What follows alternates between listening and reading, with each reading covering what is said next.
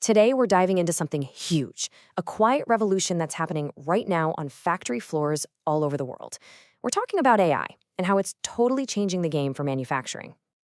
So let me ask you this. What if a factory could actually predict the future? I mean, what if it could know with scary good accuracy that a key machine was going to break down not moments before, but days or even weeks ahead of time? Sounds like something out of a movie, right?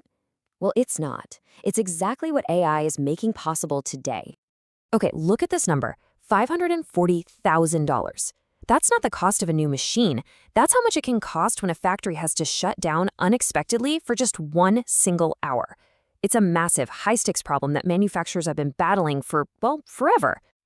And that really gets to the heart of the factory's biggest, most expensive problem. For decades, manufacturing has been stuck in this really painful cycle. You wait for something to go wrong, something breaks, and then it's all hands on deck, a mad scramble to fix it, all while you're hemorrhaging time and obviously a ton of money. And this really lays it out perfectly. The old way versus the new way. On one side, you've got reactive maintenance. That's the classic wait till it breaks, then fix it model. It's all about responding to disasters. But on the other side, that's where AI comes in. We're talking proactive maintenance. The whole goal is to stop the failure from ever happening to begin with. Okay, so how do you actually do that? How do you stop failures before they start? Well, this is where AI truly shines. It takes a factory from just reacting to problems to basically being able to see the future of its own machinery. The big idea here has a name. It's called predictive maintenance, and it's exactly what it sounds like. You're using AI and a whole lot of data to forecast when a machine is likely to fail.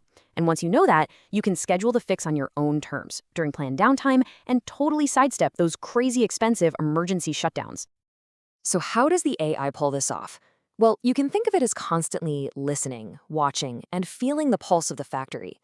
The AI is crunching this nonstop river of data coming from all sorts of sensors. You've got vibration sensors picking up tiny, subtle changes in a motor, thermal cameras hunting for hot spots, even acoustic sensors that are listening for sounds that are just a little bit off. It's searching for those tiny, almost invisible patterns that are the telltale signs of a future failure. And when companies put this into practice, the results are, they're pretty staggering. We're talking about unplanned downtime dropping by as much as 25%, maintenance costs going down 15%. And get this, they're even making their equipment last 10% longer. These are not small tweaks, right? This is a total game changer for the bottom line. Let's make this real. Take General Electric, for instance. They use this exact kind of AI on their huge wind farms. Think about that, trying to maintain those massive turbines out in the middle of nowhere. By using AI to predict what needs fixing and when, they've boosted their power output by a whopping 20%. That's what prediction can do. But you might be wondering, how do these AI models get so smart in the first place? A lot of the time, the secret is something called a digital twin. It's a really cool concept. Imagine a perfect virtual copy of a real machine living inside a computer.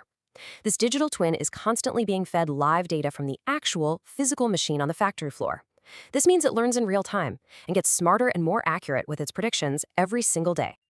Okay, so preventing breakdowns is huge, but AI's impact doesn't stop there. It's also completely changing the game when it comes to quality control.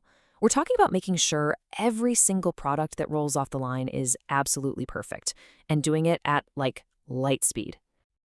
And again, you see this massive difference between the old way and the new. For decades, you had human inspectors, and they're great, but they can only check a small sample of products. And let's be honest, people get tired. They make mistakes. Now compare that to an AI inspection system. Using advanced computer vision, it can look at every single product 24/7. It never gets tired, it never blinks, and its consistency is just inhuman. And the things this AI can see are just incredible. We're talking about microscopic defects that are totally invisible to the naked eye, super subtle differences in color that you'd never notice, or tiny, tiny flaws in a weld spotted in the exact moment it's happening. BMW, for instance, has an AI that can find a flaw in a car's paint job that's just 0.1 millimeters small. There's just no way a person could do that with that precision all day long.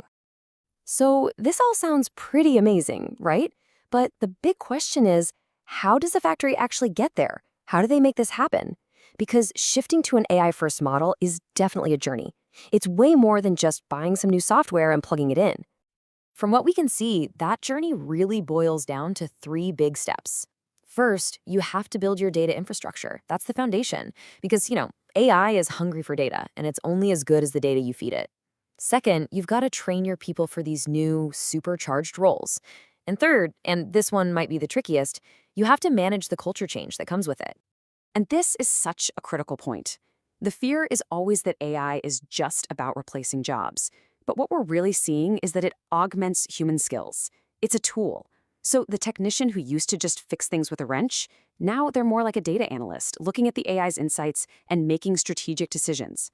The person on the quality line, they're now a system supervisor, overseeing the AI and using their expertise to solve the really tricky problems the AI can't. Now, let's be real, it's not always a smooth ride. There are some serious hurdles. The biggest ones tend to be, first, messy or poor quality data. Second, trying to make shiny new AI systems talk to old, clunky legacy equipment can be a nightmare. And third, you sometimes get resistance from the workforce, people who are understandably nervous about what this new tech means for them. You absolutely have to tackle these things head on if you want to succeed.